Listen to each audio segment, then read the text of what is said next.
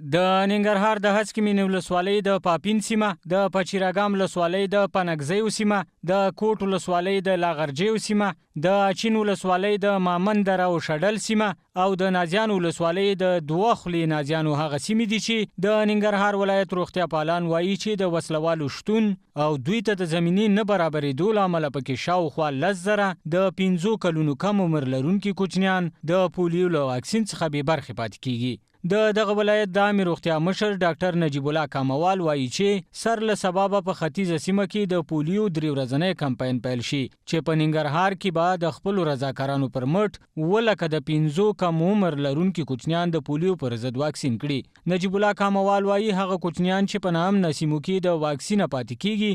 دوی به هڅه وکړي چې د 3 میاشتې د رضاکارانو پر مټ هغوی ته د پولیو ضد واکسین ورسوي. نوموړی زیاتوي د بیرته راستنه شوو کډوالو په راتلو سره د جلال آباد ښار په محیط کې د پولیو وایرس شتون ثابت شوی دی. د 10,000 په شاوخوا کې ماشومان داسې دي چې د موږ ته د کار د زمینې د نه مساعده کېدو له وجې هغه پاتې کېږي، خو موږ د هغوی لپاره هم د 3 میاشتو سره په تفاهم په دغه کمپاین کې یو بل استراتیژي استفاده کړې ده چې انشاءالله امید شته چې دغه کمپاین په جریان کې د 3 میاشتې د رضاکارانو په واسطه موږ دغه 10,000 شاوخوا کې ماشومان چې په دغه لرو پرتو سیمو کې هلته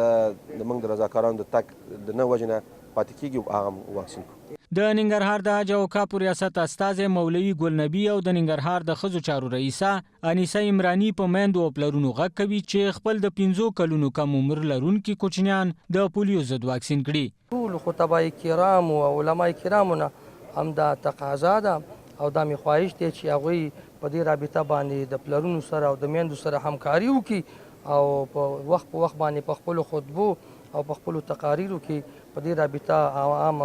عامه پوهاوی خلکو ته ورکړي. په میندو او خویندو غږ کوو چې خپل ماشومان د خوب نه جګ کړي او واکسین کړي تر څو وکولی شو چې دغه مرض د پای ټیکی کیدو. په همدې حال کې د ننګرهار د اهل هنودو د مرکزي درمسال ملا امام اقبال سنگ هم د پولیو واکسین د کوچنیانو لپاره اړین بولي او له میندو او پلرونو غواړي چې د پولیو د ناعلاجه ناروغۍ څخه د ژغورنې په موخه دي خپل کوچنیانو ته د پولیو ضد واکسین ترسره کړي. موږ تاسو ټولو هیوادوالو د فرض دی چې خپل د اول ورځ نه 15 کلن کوم ماشوم چې دی هغې ته 2 څاڅکي د پولیو د ملګري چې ګرځي زموږ کمپاین کوي نو دې سره همکاري وکړو او خپل ماشومان د دې بدمرغه دا یو داسې بیماري ده چې علاج نه لري، داسې مرض دی او دنه